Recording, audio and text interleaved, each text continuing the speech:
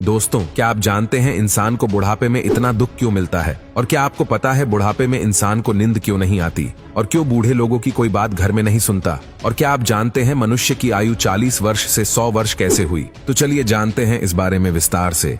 दोस्तों, आपने भी भगवान शिव और देवी पार्वती को लेकर बहुत सी कथाएं सुनी होगी। उन्हीं में से एक कथा आज हम आपको सुनाने वाले हैं। दोस्तों, एक बार की बात है, देवी गौरा और भगवान चंद्रशेखर धरती का भ्रमण करने के लिए निकले थे।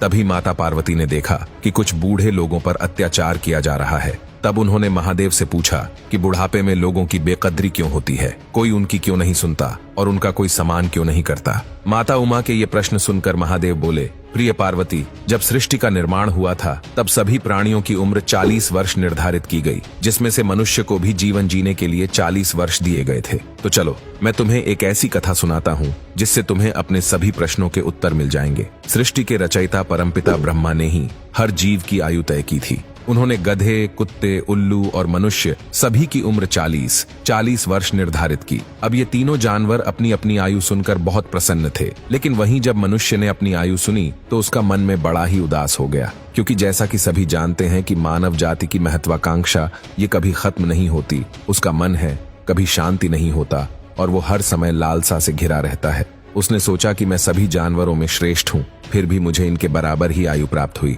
अब उस समय तो मनुष्य ने कुछ नहीं कहा और वो सभी वहां से चले गए। फिर कुछ समय बाद गधा भगवान ब्रह्मा के पास पहुंचा और कहने लगा, है प्रभु, आपने मुझे इतनी ज्यादा उम्र क्यों दी? मैं 40 वर्षों तक मनुष्य का बोझ उठाता रहूंगा। मुझे 40 वर्ष तक नहीं जीना, इसीलिए कृपा कर आप मेरी उम्र कम कर दें और केवल मुझे 20 वर्ष की आयु प्रदान करें।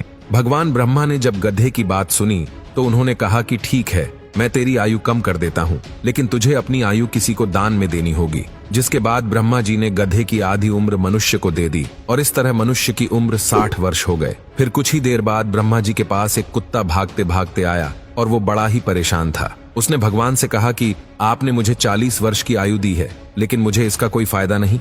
मैं तो केवल इंसानों के घरों की रेख देख करता हूँ, लोगों का झूठा खाता हूँ और रात भर भौंकता रहता हूँ, लेकिन मुझे सुनने वाला कोई नहीं। इसीलिए अब ऐसा करे कि मेरी उम्र 20 वर्ष तक घटा दें।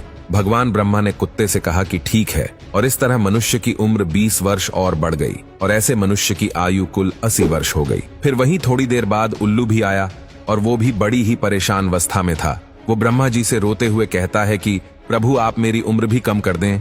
मैं रात भर सबकी रखवाली करता हूँ, पूरी रात जगता हूँ, लेकिन मेरा हाल चाल पूछने वाला कोई नहीं। इसीलिए मैं 40 वर्षों तक जिंदा नहीं रहना चाहता और आप मेरी उम्र आधी कर दें। भगवान ब्रह्मा उल्लू की सारी बातें सुनकर उसकी उम्र भी कम करने के लिए तैयार हो जाते हैं, जिसके बाद उल्लू की उम्र भी केवल 20 वर्ष रह जाती है और उसकी आयु के 20 साल भी भगवान मनुष्य को दे देते हैं। और दोस्तों, इस तरह मनुष्य की आयु 100 वर्ष हो जाती है, यानी कि मनुष्य की उम्र के केवल 40 वर्ष ही इंसान के होते हैं, लेकिन फिर वो 60 सालों तक गधे की उम्र जीता है। 40 से 60 के बीच वो गधे की तरह अपने परिवार का बोझ उठाता है, अपने बच्चों की जिम्मेदारी उठाता है और उन्हें पाल पोस कर बड़ा करता है। फिर मनुष्य 60 से 80 वर्ष का जीवन एक कुत्ते की तरह व्यतीत करता है। इस उम्र में उसे घर के एक कोने में चारपाई दे दी जाती है जहां वो पड़ा रहता है और उसी जगह पर उस व्यक्ति को खाना, पानी आदि दे दिया जाता है। अगर कोई घर में मिलने आता है तो वो अपने घर वालों को आवाज देता है कि देखो, कोई आया है। फिर भी उसकी आवाज सुनकर सभी अनसुना कर देते हैं। इसके बाद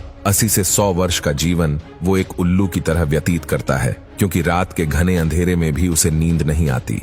इस उम्र में ना तो वो चिल्ला सकता है और ना ही किसी को बुला सकता है। वो बस एक उल्लू की तरह टुकुर टुकुर देखता रहता है और ऐसा करते करते एक दिन उसका जीवन समाप्त हो जाता है।